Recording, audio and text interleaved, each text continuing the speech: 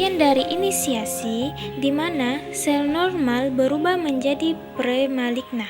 Pada tahapan ini, karsinogen bereaksi dengan DNA sehingga terjadi amplifikasi gen. Contoh, gen HER2 sering mengalami overekspresi sehingga terjadi amplifikasi gen pada payudara. Selanjutnya, pengertian dari promotor adalah zat non-mutagen tetapi dapat menaikkan reaksi karsinogen dan tidak menimbulkan aplikasi gen. Suatu promotor yang terkenal adalah ether probol, terdiri atas TPA atau biasa disebut tetradeconally probol acetate dan RPA 12 retinol probol acetate yang terdapat pada minyak kroton, dapat mengubah ekspresi gen seperti hiperplasia, induksi enzim, dan induksi diferensiasi. Selanjutnya, proses terbentuknya kanker dimulai dari karsinogen. Karsinogen yaitu bahan yang dapat memicu terjadinya kanker atau keganasan sel. Karsinogen dapat memengaruhi DNA atau suatu protein yang berperan pada pengaturan siklus pembelahan sel seperti protokodene atau tumor supresor gen. Pada umumnya, karsinogen dapat dibedakan menjadi 3 kelompok, yaitu bahan kimia, radiasi, dan virus. Bahan kimia dapat memicu terjadinya suatu keganasan sel karena dapat menimbulkan mutasi pada DNA.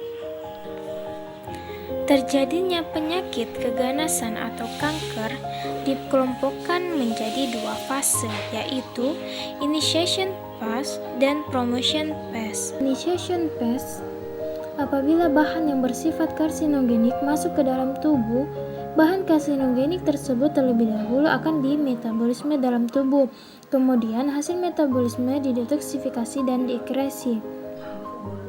Apabila proses tersebut tidak dapat dilakukan oleh tubuh, maka hasil metabolik dari bahan karsinogenik ini akan mengadakan ikatan dengan rantai DNA sehingga DNA menjadi cacat atau defek.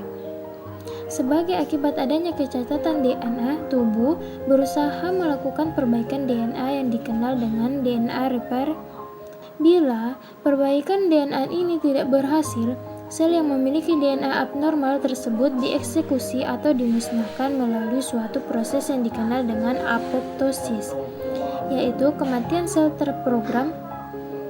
Apabila proses ini tidak mampu dilakukan oleh tubuh, maka sel tersebut memiliki DNA yang cacat, yang bersifat permanen. Kondisi ini dikenal dengan initiation phase. Selanjutnya, sel yang memiliki DNA yang cacat tersebut akan mengalami proliferasi, yaitu proses penghasilan 2 sel dari satu sel yang terjadi secara terus-menerus, serta juga terjadi diferensiasi, yakni perubahan bentuk sel yang kemudian berkembang menjadi malignan atau sel yang ganas. Kondisi ini dikenal dengan promotion phase.